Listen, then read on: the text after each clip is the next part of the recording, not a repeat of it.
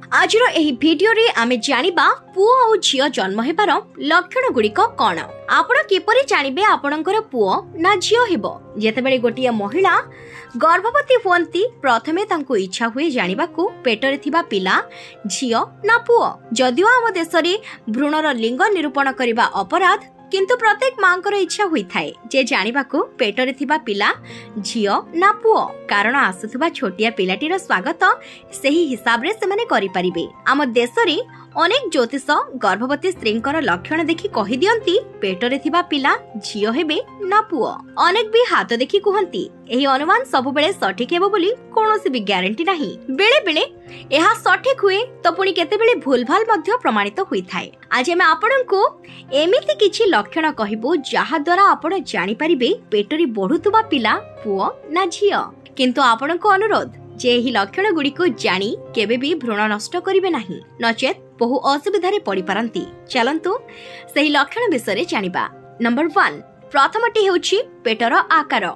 जदि गर्भवती महिलांक पेट गोल और बाहर को बाहरी थाए तेबे जानिबे एहा पुओ हेबार लक्षण। सेहिपरि जदि पेटर आकार चौड़ा थाए ओ गोलेई अछि तेबे जानिबे झियो हेबार एहा हेउछि लक्षण। नंबर 2, जदि गर्भवती महिलांक प्रथम 3 मास मन दुख रुहे ता परवर्ती 3 मास आहुरी दुखरे रुहंती से तेबे एही लक्षणरु जानिबे पेटरे थिबा पिला पुओ हेबो। अन्यपटे जो गर्भवती महिला मेलाप स्वभावर तांकर झियो हेबो बोली लक्षणरु जानिबे। नंबर 3, जो महिला गर्भवती थिबा समय रे तांकर अत्यधिक बांती हुए, खाद्य देखिले घृणा भाव आसे तेबे जानिबे तांको पेटरे थिबा पिला पुओ हेबो। नंबर 4, खाइबा सोडार व्यवहार करी मध्य पेटरे थिबा पिलार लिंग को आपण निरूपण करि परिबे।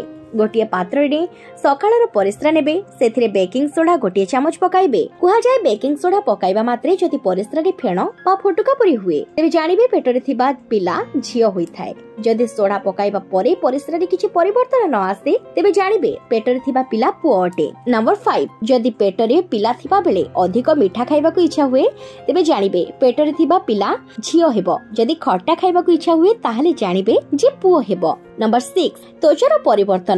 जदि पिला पेटरे थिबा बेले मुहरे व्रण बाहरे तेबे जानिबे पुओ हेबो। जदि आपणकर त्वचा फ्रेश देखा जाए तेबे जानिबे झियो हेबो।